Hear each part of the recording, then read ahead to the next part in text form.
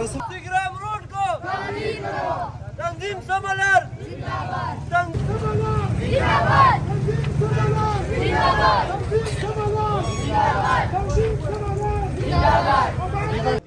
हम दगा वजला अल्हम्दुलिल्लाह मु दी सरा शाना बशाना व सुमरा जमाना वशवा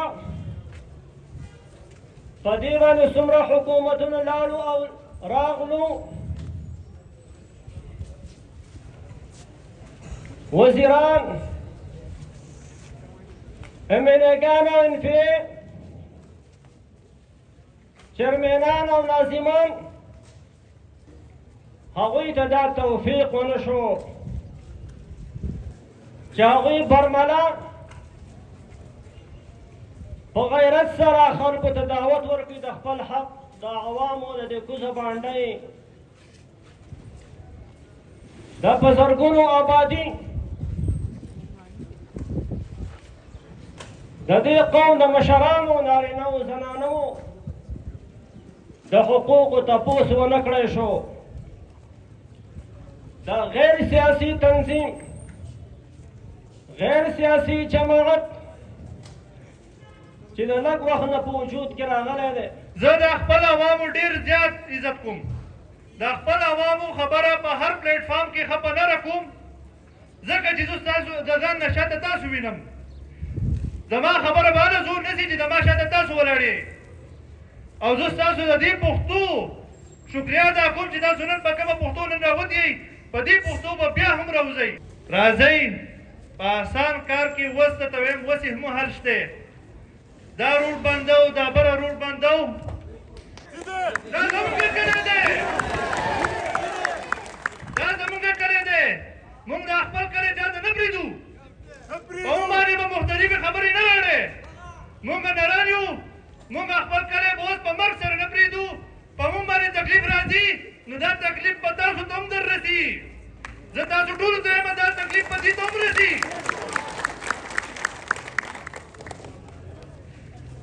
زه خپل تقریر په دې شعر باندې ختمول غواړم وایي چې اغیار د دوزخ ژبه ده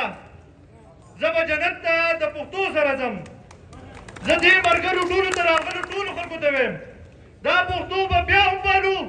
بیا به هم راوځو که د سوات ګیټ شي نو زه به ورته په ګیټ کې پورته کینو موږ یو صابران خو کله کله نور څه هم شو خوار شي به دې ځمکه شرمخان وینې که نه زه د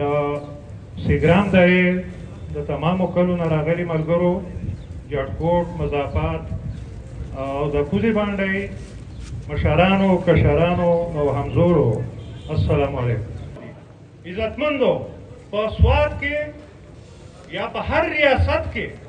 په ریاست اوسېدونکو څه بعضې بنیادي حقوق یې په هغه مین حقوقو کې شامل دي تعلیم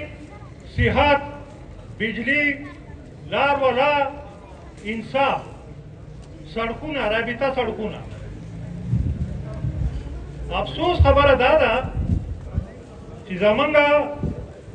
سیګرام روډ چې دا یې حل دی چې تاسو د سیګرام روډ وینئ اوس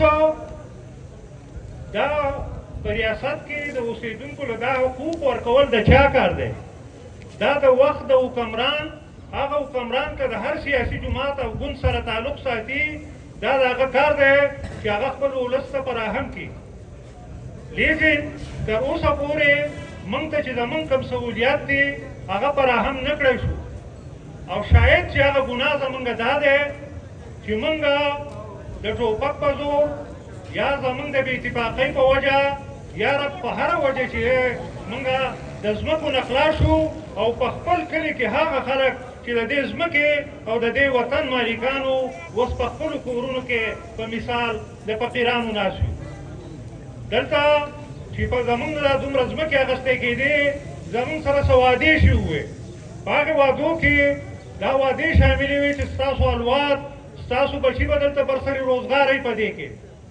ډېرې خبرې زمونږ امیدونه تړلي وو چې دلته مونږ کله په کیټ ایریا کې شو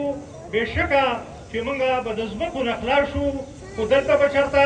د شپېتو بسترو ښکلې ښکلې هسپتالونه جوړ شي دلته به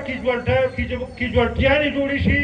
دلته به زموږ بچو له کالجونه جوړ شي دلته به زموږ بچو له سکولونه جوړ شي خو د افسوس خبره ده چې نن هغې نه موږ نا امیده شو چې په دې کې ښایسته نوکرۍ دا خو لویه خبره ده په دې کې خو هغه دیاړیمار او هغه ګیلکار او هغه سیخان ټنګول والا هم ګجرات والا جهلم والا او ګجره والا ناست دی زما د کوزې باندې پکې ما ته څوک په نظر نه راځي بل خوا د ایرپورټ نه د پیریانو د پیشو هغه لکۍ جوړه شوې ده چې پیشو خو مخې ته واوړي تېره شي خو لکۍ چې ده لکۍ یې د ختمېدو نه ده او ورو ورو